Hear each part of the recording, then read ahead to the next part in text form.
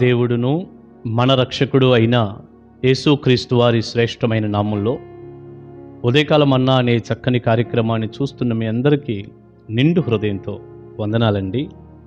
దేవుని మహాకృప మీకు తోడై ఉండును గాక. ఎలా ఉన్నారు? దేవుని కృపలో మీరు మీ కుటుంబాలు క్షేమమే కదా? రండి, మనం దేవుని వాక్యంలో నుంచి దేవుని మాటలు ధ్యానం చేద్దాం. పరిశుద్ధ గ్రంథంలో నుంచి ఒక చక్కని మాట ఇలా మనం చూద్దాం. కీర్తనల గ్రంథం 93వ కీర్తన 5వ వచనం. నీ శాసనములు ఎన్నడునూ తప్పిపోవు, యెహోవా ఎన్నటెన్నటికీ పరిశుద్ధతయే నీ మందిరమునకు అనుకూలము.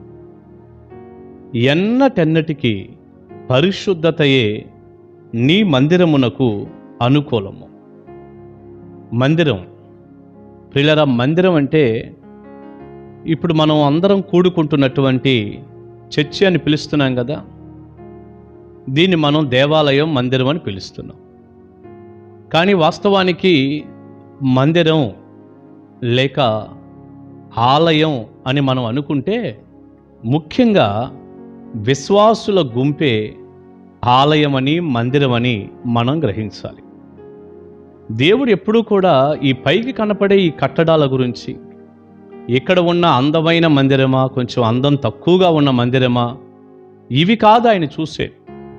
మందిరం అంటే లేక దేవాలయం అంటే విశ్వాసులు. చర్చ్ అంటే కూడా విశ్వాసులే,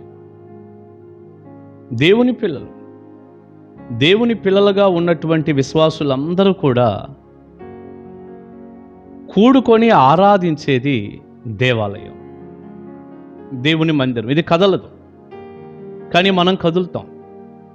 కదులుతున్నటువంటి మందిరాలుగా మనం ఉన్నాం. మనందరం వచ్చి కూడుకొని ఆరాధన చేసేది కదలని మందిరం. కానీ దేవుడు ఎప్పుడూ కూడా కదులుతున్నటువంటి మందిరాలుగా ఉన్న మనల గురించే దేవుని వాక్యం తెలియచేస్తూ ఉంటుంది. సరే, ఇప్పుడు ఒక మాట చెప్పండి, దేవుని మందిరం ఎలా ఉండాలి? దేవుని మందిరం ఎలా ఉండాలి? దేవుని మందిరం ఈ వాక్యంలో రాస్తుంది, యెహోవా ఎన్నటెన్నటికీ పరిశుద్ధతయే నీ మందిరమునకు అనుకూలం అన్నాడు. అంటే దేవాలయం అనేది, దేవుని మందిరం అనేది పరిశుద్ధంగా ఉండాలి. నేను మిమ్మల్ని ఒక మాట అడుగుతాను దైవజనుడిగా, నువ్వు వెళ్తున్న మందిరం పరిశుద్ధంగా ఉన్న మందిరమేనా? అంటే నువ్వు వెళ్తున్నటువంటి ఆలయంలో పరిశుద్ధతను గూర్చి బోధిస్తారా?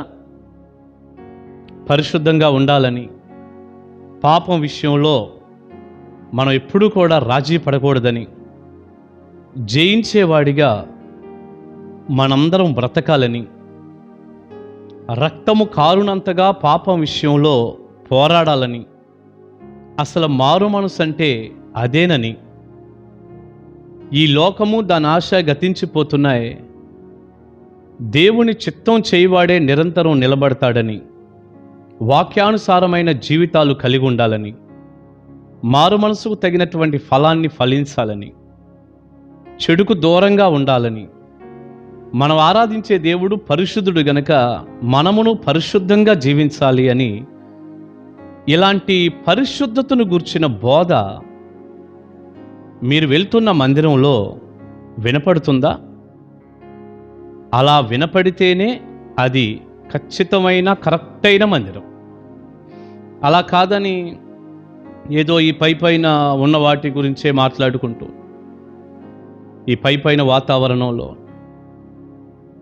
అల్లర్లు, గొడవలు, శరీరానికి కావలసినవి మాత్రమే అక్కడ దొరుకుతూ, ఈ పరిశుద్ధతను గూర్చిన బోధ లేకుండా, నువ్వు ఎలా ఉన్నా పర్వాలేదు, ఏం చేసినా పర్వాలేదు, ఆదివారం వచ్చేళ్తే అంతే చాలు, ఈ ప్రజల యొక్క సంఖ్యను బట్టి మేము ఆనందిస్తాం, ఇలాంటి వాతావరణమే కనుకుంటే దానివలన మీ ఆత్మ ఫలభరితంగా ఉండదు. అది సరైనటువంటి ఆరాధన కాదు, సరైన సంఘము, మందిరం కానే కాదు.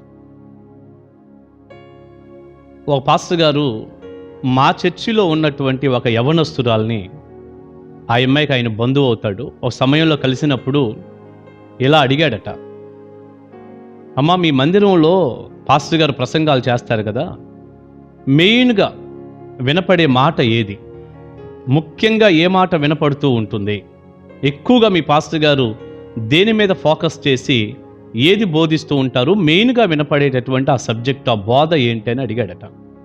అడిగితే మా మందిరానికి వచ్చే ఆ యవనస్తురాలు, ఆ బిడ్డ చెప్పిన మాట, మా పాస్టర్ గారు పరిశుద్ధతను గూర్చి ఎక్కువ బోధిస్తాడు.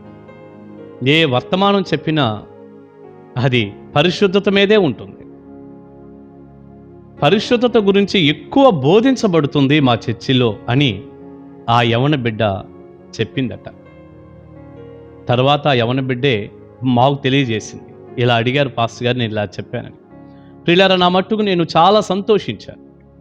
ఎందుకంటే సరైన సంఘాన్ని కడుతున్నాం కదా, దేవుడు కోరుకున్న మందిరాన్ని నిర్మిస్తున్నాం కదా. మందిరం అంటే విశ్వాసుల గుంపు, మరలా గుర్తు చేస్తున్నాను.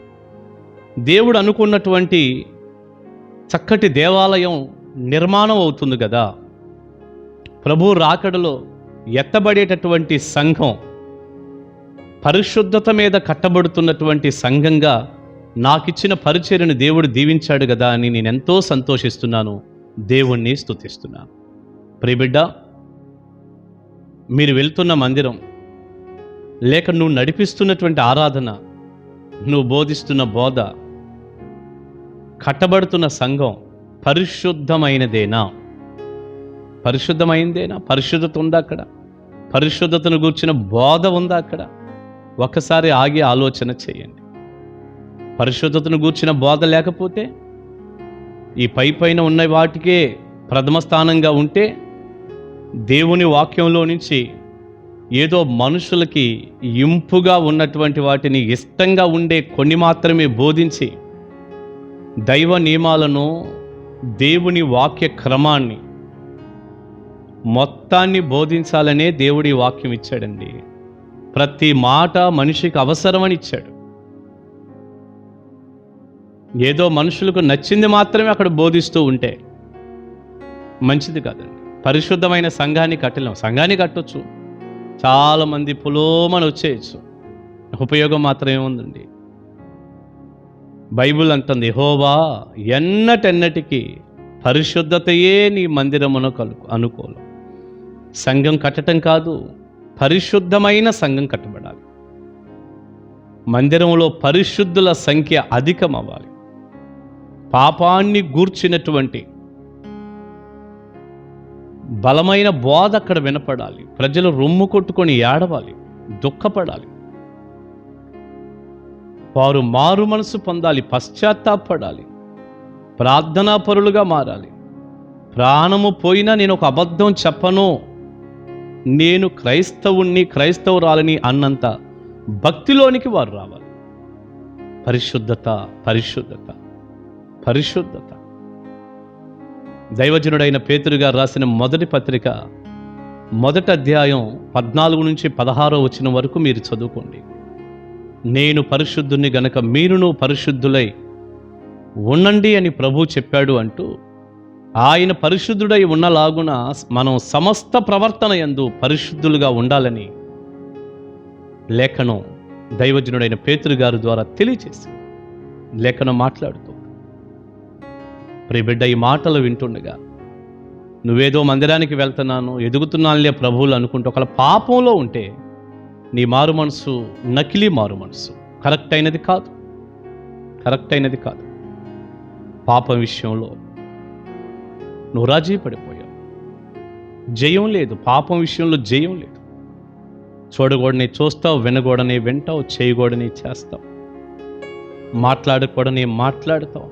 నీకు నచ్చితే వస్తావు మందిరానికి, నచ్చకపోతే రావు. ప్రార్థనా జీవితం లేదు, బైబిల్ ధ్యానం లేదు. ఇంకా పరిశుద్ధత ఎక్కడి నుంచి వచ్చింది?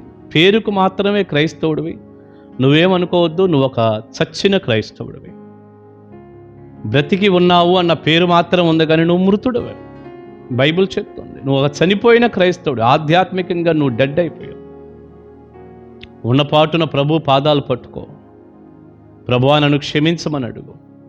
పరిశుద్ధంగా జీవించటానికి సిద్ధపడు. ప్రభు సహాయం కోరుకో. పరిశుద్ధాత్ముడు నువ్వు పరిశుద్ధంగా బ్రతకటానికి నీకు హెల్ప్ చేస్తాడు, సహాయం చేస్తాడు. దేవుని మందిరం ఎన్నటినటికి అది పరిశుద్ధత. God bless you. పరిశుద్ధత కలిగి జీవించే కృప దేవుడు మీకు ఇచ్చునుగాక. ఆమేన్. ప్రార్థన చేసుకుందాం. పరిశుద్ధుడా, ప్రేమగల తండ్రి, విత్తబడిన చక్కని వర్తమానం మీ ప్రజలకు దీవెనకరంగా మీరు చేయండి. పరిశుద్ధత మీ మందిరానికి నాయన ఎన్నటెన్నటికి అదే అనుకూలమని లేఖనంలో ఉంది. మందిరం కాదు కానీ అయా ఏదో సంఘం కట్టబడుతుందని కాదు కానీ పరిశుద్ధత కలిగిన సంఘం కట్టబడుటకు ప్రతి ఒక్కరూ అలాంటి సంఘాన్ని కట్టుటకు సహాయం చేయండి. మీ ప్రజలు వెళ్ళే ప్రతి మందిరం పరిశుద్ధతను బోధించి పరిశుద్ధత కలిగిన సంఘంగా ఉండునుగాక. అట్టి కృపా దీవెనందరికీ ఇవ్వండి. తద్వారా కలిగే మేలులన్నీ మీ బిడ్డలకు చేయండి. యేసు నామాని ప్రార్థన మనవులు అడుగుచున్నాను తండ్రి. Amen. Amen. God bless you. దేవుని కృప మీకు తోడే ఉండునుగాక. కలుసుకుందాం.